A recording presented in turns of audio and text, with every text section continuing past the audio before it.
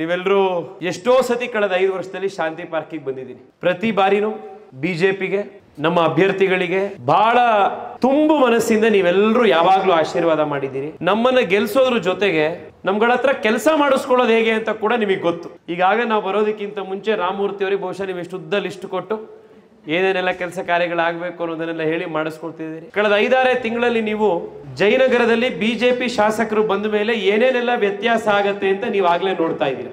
ನಮ್ಮ Jayanagar shopping complex ಸುತ್ತಮುತ್ತ ಇಷ್ಟಿದ್ದಿದ್ road ಇಷ್ಟಾಗಿ ಹೋಗಿತ್ತು, ಫುಟ್ಪಾತ್ ಎಲ್ಲ ಎನ್ಕ್ರೋಚ್ ಆಗಿತ್ತು. ಮಣಿಪಾಲ್ ಆಸ್ಪತ್ರೆ ಫುಟ್ಪಾತ್ ಹೇಗಿತ್ತು ನೋಡಿದೀರಾ?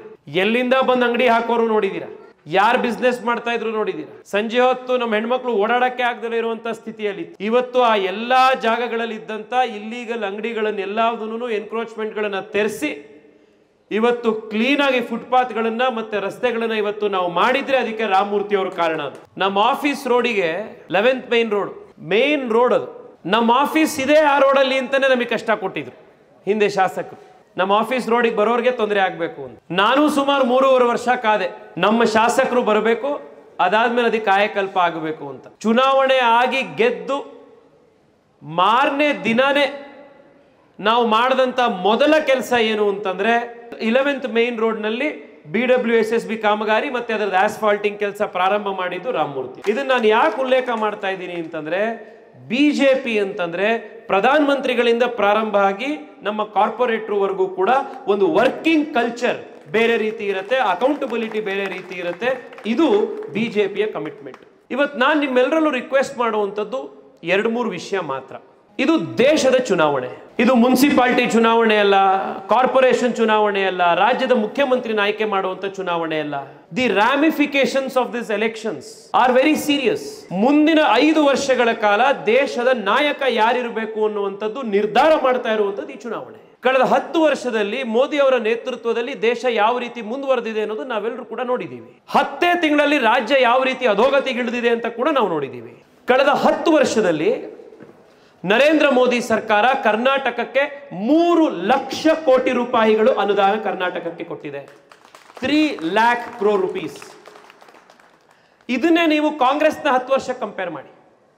ಕಾಂಗ್ರೆಸ್ 10 ವರ್ಷದಲ್ಲಿ ಕರ್ನಾಟಕಕ್ಕೆ ಬಂದಿದ್ದು ಕೇವಲ 80,000 ಕೋಟಿ ರೂಪಾಯಿ. ಫಸ್ಟ್ ಸ್ಟ್ಯಾಂಡರ್ಡ್ ಅಲ್ಲಿರೋ ಸ್ಕೂಲ್ ಮಗುನು ಹೇಳುತ್ತೆ 80,000 ಕೋಟಿಗಿಂತ 3 ಲಕ್ಷ ಕೋಟಿ ರೂಪಾಯಿ ಕಂಪೇರ್ ಮಾಡಕ್ಕಾಗದಲ್ಲೇ ಇರೋಷ್ಟು ದೊಡ್ಡ ಮೊತ್ತ ಅಂತ. Narendra Modi has given 258% more devolution of funds to Karnataka as compared to Congress. 258%. ಇವತ್ತು ಬೆಂಗಳೂರಿಗೆ ವಂದೇ ಭಾರತ್ ರೈಲ್ ಮೋದಿ ಕೊಟ್ಟರು, ಹೊಸ ಇಂಟರ್ನ್ಯಾಷನಲ್ ಏರ್ಪೋರ್ಟ್ ಮೋದಿ ಕೊಟ್ಟರು, ಸಬರ್ಬನ್ ರೈಲ್ ಮೋದಿ ಕೊಟ್ಟರು, ಮೆಟ್ರೋ ಎಕ್ಸ್ಪಾನ್ಷನ್ ಮೋದಿ ಕೊಟ್ಟರು. ಕರ್ನಾಟಕದಲ್ಲಿ ಸುಮಾರು 3 ಕೋಟಿ ಟಾಯ್ಲೆಟ್ಗಳನ್ನು ನರೇಂದ್ರ ಮೋದಿ ನಿರ್ಮಾಣ ಮಾಡಿಕೊಟ್ರು. ಇಷ್ಟು ವರ್ಷ ಆದರೂ ಟಾಯ್ಲೆಟ್ ಕಟ್ಸಿರ್ಲಿಲ್ಲ ಇವರಿಗೆ. ಕರ್ನಾಟಕಕ್ಕೆ ಎಕ್ಸ್ಪ್ರೆಸ್ ವೇಗಳು ಕೊಟ್ಟರು, Mysuru Bengaluru expressway, Chennai Bengaluru expressway, ರಾಯಚೂರಲ್ಲಿ IIIT ಕೊಟ್ಟರು, ಧಾರವಾಡದಲ್ಲಿ IIT ಕೊಟ್ಟರು, ಸೆಂಟ್ರಲ್ ಯೂನಿವರ್ಸಿಟೀಸ್ ಕೊಟ್ಟರು, ರೈಲ್ವೆ ಡಬಲಿಂಗ್ ಆಯಿತು, ರೈಲ್ವೆ ಎಲೆಕ್ಟ್ರಿಫಿಕೇಶನ್ ಇವತ್ತು ಕರ್ನಾಟಕದಲ್ಲಿ ಆಲ್ಮೋಸ್ಟ್ ಕಂಪ್ಲೀಟ್ ಆಗಿದೆ. ಆವರೇಜ್ ಕರ್ನಾಟಕದಲ್ಲಿ ಕಾಂಗ್ರೆಸ್ ಇದ್ದಾಗ railway budget per year 800 crores ಬರ್ತಾ ಇತ್ತು. ನರೇಂದ್ರ ಮೋದಿ ಸರ್ಕಾರದಲ್ಲಿ ಆನ್ ಅನ್ ಆವರೇಜ್ 5,000 ಕೋಟಿ ಪ್ರತಿ ವರ್ಷ ಇದೆ. ಹೋದ ವರ್ಷ ರೈಲ್ವೆ ಬಜೆಟ್ 7,500 ಕೋಟಿ ಕರ್ನಾಟಕಕ್ಕೆ ರೈಲ್ವೆ ಬಜೆಟ್ ಅಲ್ಲಿ ಕೊಟ್ಟಿದ್ದಾರೆ. ಜಲ್ ಜೀವನ್ ಮಿಷನ್ ನಲ್ಲಿ ಮನೆಗೆ ನಲ್ಲಿಯಲ್ಲಿ ನೀರು ಕೊಟ್ಟರು, ಆಯುಷ್ಮಾನ್ ಭಾರತ್ ಕೊಟ್ಟರು, ಜನೌಷಧಿ ಕೇಂದ್ರ ಕೊಟ್ಟರು, ಜನ್ಧನ್ ಅಕೌಂಟ್ ಗಳನ್ನು ಓಪನ್ ಮಾಡಿಸಿದ್ರು, ಮುದ್ರಾ ಯೋಜನೆಯಲ್ಲಿ ಹೆಣ್ಮಕ್ಳಿಗೆ ಸಾಲ ಕೊಟ್ಟರು. ಇದೆಲ್ಲ ನರೇಂದ್ರ ಮೋದಿ ಕೊಟ್ಟರು. ನೀವು ಕಾಂಗ್ರೆಸ್ನವ್ರು ಏನ್ ಕೊಟ್ರಿ? ನಾನು ಹೇಳ್ತೀನಿ ನೀವೇನ್ ಕೊಟ್ರಿ ಅಂತ. ಸಿದ್ದರಾಮಯ್ಯನವರು ಮುಖ್ಯಮಂತ್ರಿಗಳಾದ ಮೇಲೆ ಕರ್ನಾಟಕದ ಅಗ್ರಿಕಲ್ಚರ್ ಬಜೆಟ್ 32% ಕಡಿಮೆ ಮಾಡಿದ್ದಾರೆ. ಕರ್ನಾಟಕದ ನೀರಾವರಿ ಬಜೆಟ್, ಇರಿಗೇಷನ್ ಬಜೆಟ್ 17% ಕಡಿಮೆ ಮಾಡಿದ್ದಾರೆ. ನಮ್ಮ ಸರ್ಕಾರ ಅಧಿಕಾರದಲ್ಲಿದ್ದಾಗ PM ಕಿಸಾನ್ ನಲ್ಲಿ ಮೋದಿ ಅವರು 6,000 ಕೊಟ್ಟರೆ ಯಡಿಯೂರಪ್ಪನವ್ರು 4,000 ಕೊಡ್ತಾ ಇದ್ರು, ರೈತರಿಗೆ 10,000 ಬರ್ತಾ ಇತ್ತು. ಕಾಂಗ್ರೆಸ್ ಅಧಿಕಾರಕ್ಕೆ ಬಂದ ತಕ್ಷಣದಲ್ಲಿ ಆ 4,000 ರೂಪಾಯಿನ ನಿಲ್ಲಿಸಿ ಅದನ್ನು ಕೂಡ ಈ ಫ್ರೀಬಿಗಳಿಗೆ ಗ್ಯಾರಂಟಿಗಳಿಗೆ ಡೈವರ್ಟ್ ಮಾಡಿದ್ರು. ಕರ್ನಾಟಕದ ರೈತರಿಗೆ 10,000 ಬರ್ತಿದ್ ಕಡೆ ಇವಾಗ ಬರೀ ಕೇಂದ್ರ ಸರ್ಕಾರದ 6,000 ಮಾತ್ರ ಬರ್ತಾ ಇದೆ. SC/STಗಳ ವೆಲ್ಫೇರ್ಗೆ ಅಂತ 13,000 ಕೋಟಿ ರಾಜ್ಯ ಸರ್ಕಾರದಲ್ಲಿ ದುಡ್ಡು ಇಟ್ಟಿತ್ತು. ಆ 13,000 ಕೋಟಿ ರೂಪಾಯಿನೂ ಡೈವರ್ಟ್ ಮಾಡಿದ್ರು. ಎಜುಕೇಶನ್ ಬಜೆಟ್ 12% ಡಿಡಕ್ಟ್ ಮಾಡಿದ್ರು. ಇವತ್ತು ಸ್ಕೂಲು ಕಾಲೇಜ್ನಲ್ಲಿ ಓದ್ತಾ ಇರುವಂತ ನಾಳಿನ ಕರ್ನಾಟಕದ ಭವಿಷ್ಯದ ಮಕ್ಕಳಿಗೂ ಕೂಡ ಕೈಗೆ ಚೊಂಬು ಕೊಟ್ರು.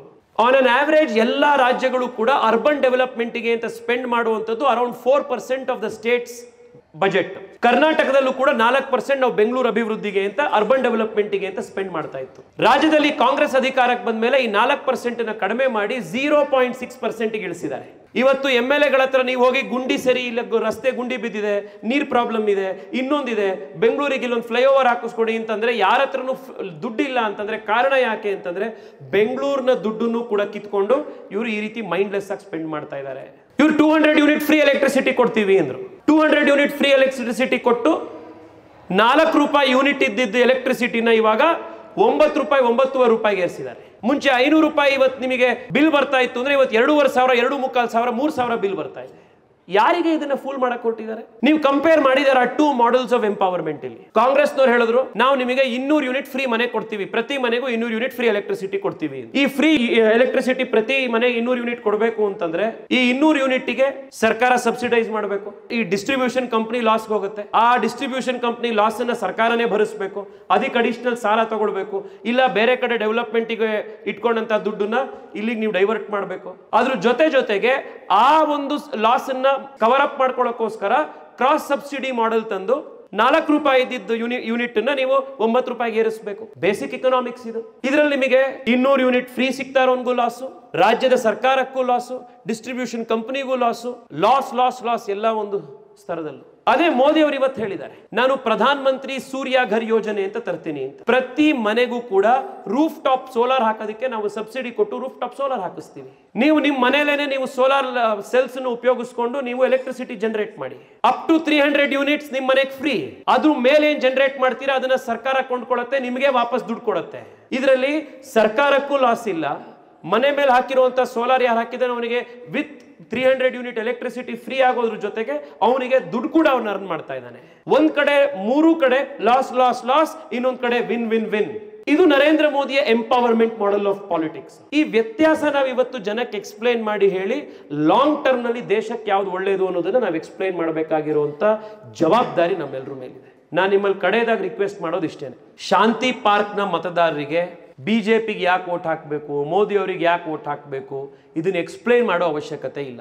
ಆದ್ರೆ ವೋಟ್ ಹಾಕ್ಲೇಬೇಕು ದೊಡ್ಡ ಸಂಖ್ಯೆಯಲ್ಲಿ ಅಂತ ಹೇಳಬೇಕಾಗಿರೋದು ನಮ್ಮ ಜವಾಬ್ದಾರಿ. ಕಾರಣ ಯಾಕೆ ಅಂತಂದ್ರೆ ಬಿಜೆಪಿ ವೋಟರ್ಗೂ ಕಾಂಗ್ರೆಸ್ ವೋಟರ್ಗೂ ಡಿಫ್ರೆನ್ಸ್ ಏನು ಅಂದ್ರೆ ಬಿಜೆಪಿಗೆ 80% ಜನ ವೋಟ್ ಹಾಕ್ತಾರೆ, ಆದ್ರೆ ಅವ್ರು 20% ಪೋಲಿಂಗ್ ಮಾಡ್ತಾರೆ. ಕಾಂಗ್ರೆಸ್ಗೆ ವೋಟ್ ಹಾಕೋರು 20%, ಆದ್ರೆ ಅವ್ರು 80% ಪೋಲಿಂಗ್ ಮಾಡ್ತಾರೆ. ಇದರಿಂದ ಬಿಜೆಪಿಗೆ ಸಮಸ್ಯೆ ಆಗುತ್ತೆ. ನಾನು ನಿಮ್ಮಲ್ಲಿ ರಿಕ್ವೆಸ್ಟ್ ಮಾಡ್ತಾ ಇರೋದು, ಶಾಂತಿ ಪಾರ್ಕ್ ಇರ್ಬೋದು ಅಥವಾ ನಿಮಗೆ ಪರಿಚಯ ಇರುವಂತ ಜನಗಳಿರ್ಬೋದು, ಪ್ರತಿ ಮನೆ 100% ಪೋಲಿಂಗ್, ನಮ್ಮ ರೋಡ್ 100% ಪೋಲಿಂಗ್, ನಮ್ಮ ಅಪಾರ್ಟ್ಮೆಂಟ್ ಕಾಂಪ್ಲೆಕ್ಸ್ 100% ಪೋಲಿಂಗ್, ನಮ್ಮ ವಾರ್ಡ್ 100% ಪೋಲಿಂಗ್. ಬೆಂಗಳೂರು ಸೌತ್ ಅಲ್ಲಿ ಈ ಸತಿ ರೆಕಾರ್ಡ್ ಪೋಲಿಂಗ್ ಮಾಡಿ ನಾವು 5 ಲಕ್ಷ ಮತಗಳಿಂದ ಬೆಂಗಳೂರು ಸೌತ್ ಅನ್ನು ಗೆಲ್ಲಬೇಕು. 5 ಲಕ್ಷ ಮತಗಳಿಂದ ಬೆಂಗಳೂರು ಸೌತ್ ಅನ್ನು ಗೆಲ್ಲಬೇಕು. ಯಾಕೆಂದ್ರೆ ಬೆಂಗಳೂರು ಸೌತ್ ಅಲ್ಲಿ ನಾವು ಈ ಚುನಾವಣೆಯನ್ನು ಗೆಲ್ಲೋದು 2-3 ದೊಡ್ಡ ಸಂದೇಶಗಳನ್ನು ರಾಜ್ಯಕ್ಕೆ ದೇಶಕ್ಕೆ ಕಳಿಸ್ದಂಗಾಗುತ್ತೆ. ಒಂದು, ಕರ್ನಾಟಕದಲ್ಲಿ ಇವತ್ತು 28 ಲೋಕಸಭಾ ಸೀಟಲ್ಲಿ ಕಾಂಗ್ರೆಸ್ನವರು 12 ಸೀಟಲ್ಲಿ ಮಂತ್ರಿಗಳ ಮಕ್ಕಳನ್ನ ಎಲೆಕ್ಷನ್ ನಿಲ್ಲಿಸಿದ್ದಾರೆ. 12 ಸೀಟಲ್ಲಿ ಮಂತ್ರಿಗಳ ಮಕ್ಕಳನ್ನ ಕಾಂಗ್ರೆಸ್ನವರು ಚುನಾವಣೆ ನಡೆಸ್ತಾ ಇರೋದು ಅವರ ಮಂತ್ರಿಗಳ ಮಕ್ಕಳ ಭವಿಷ್ಯ ನಿರ್ಧಾರ ಮಾಡಕ್ಕೆ, ಅವರ ಮಂತ್ರಿಗಳ ಮಕ್ಕಳ ಭವಿಷ್ಯ ಸೆಟ್ಲ್ ಮಾಡಕ್ಕೆ. ಆದ್ರೆ ನರೇಂದ್ರ ಮೋದಿ ಚುನಾವಣೆ ನಡೆಸ್ತಾ ಇರುವಂತದ್ದು ದೇಶದ ಮಕ್ಕಳ ಭವಿಷ್ಯವನ್ನ ಉದ್ಧಾರ ಮಾಡಕ್ಕೆ. ಈ ವ್ಯತ್ಯಾಸಕ್ಕೋಸ್ಕರ ಬೆಂಗಳೂರು ಸೌತ್ ನಾವು ಉತ್ತರ ಕೊಡಬೇಕಾಗಿ. ಇವತ್ತು ರಾಜಕಾರಣದಲ್ಲಿ ತಮ್ಮ ಸ್ವಂತ ಬಲದ ಮೇಲೆ ಬಂದು ಜನರ ಸೇವೆ ಮಾಡುವಂತ, ಪ್ರೂವನ್ ಲೀಡರ್ಶಿಪ್ ಟ್ರ್ಯಾಕ್ ರೆಕಾರ್ಡ್ ಇರುವಂತ, ಪ್ರಾಮಾಣಿಕತೆಯಿಂದ ಜನರ ಸೇವೆ ಮಾಡುವಂತ, ಅವಕಾಶ ಜನ ಕೊಟ್ಟಾಗ ಅದನ್ನ ಏನ್ ಮಾಡಿದೀವಿ ಅನ್ನುವಂತ ರಿಪೋರ್ಟ್ ನ ಜನರ ಮಧ್ಯದಲ್ಲಿ ತಗೊಂಡೋಗಿ ಅದರ ಬಲದ ಮೇಲೆ ಗೆಲ್ಲುವಂತ ಅಭ್ಯರ್ಥಿಗಳ ಅವಶ್ಯಕತೆ ಇದೆ. ಇವತ್ತು ಕೂಡ son of so and so, daughter of so and so ಅಂತ ಅನ್ಕೊಂಡೇನೆ ಎಲೆಕ್ಷನ್ಗೆ ಹೋಗುವಂತ ರಾಜಕಾರಣವನ್ನ ನಾವು ರಿಜೆಕ್ಟ್ ಮಾಡಬೇಕು. ತಾಕತ್ತಿನ ಆಧಾರದ ಮೇಲೆ, ಶಕ್ತಿಯ ಆಧಾರದ ಮೇಲೆ, ಜನರ ಆಶೀರ್ವಾದದ ಆಧಾರದ ಮೇಲೆ, ಸ್ವಂತ ಕೆಲಸದ ಆಧಾರದ ಮೇಲೆ ಯಾರು ಮುಂದೆ ಬರ್ತಾರೋ ಅಂತವ್ರನ್ನ ಬ್ಲೆಸ್ ಮಾಡಿ ಅಂತವ್ರನ್ನ ಆಶೀರ್ವಾದ ಮಾಡಬೇಕಾಗಿದ್ರೆ ಅದು ಬೆಂಗಳೂರು ದಕ್ಷಿಣದಲ್ಲಿ ಸತಿ ಆಗಬೇಕು. ಈ ಮನವಿಯನ್ನು ನಿಮ್ಮೆಲ್ಲರಿಗೂ ನಾನು ಒಂದ್ಸತಿ ಮಾಡ್ತಾ ಮತ್ತೊಮ್ಮೆ ಶಾಂತಿ ಪಾರ್ಕ್ನ ಎಲ್ಲ ಮತದಾರರಿಗೆ, ನೆರೆದಿರುವಂತಹ ಎಲ್ರಿಗೂ ಕೂಡ ನನ್ನ ಧನ್ಯವಾದಗಳನ್ನು ಅರ್ಪಿಸ್ತಾ ಇದ್ದೇನೆ. ತಡ ಆದರೂ ಕೂಡ ಇಷ್ಟೊತ್ತಿಲ್ಲಿ ಕೂತಿದ್ದೀರಿ ಅಂತಂದ್ರೆ ಎಷ್ಟು ಆಶೀರ್ವಾದ ನೀವು ನಮಗೆ ಕೊಡ್ತಾ ಇದ್ದೀರಿ ಅಂತ ಇದರ ಅರ್ಥ ಅಷ್ಟೇ. Thank you.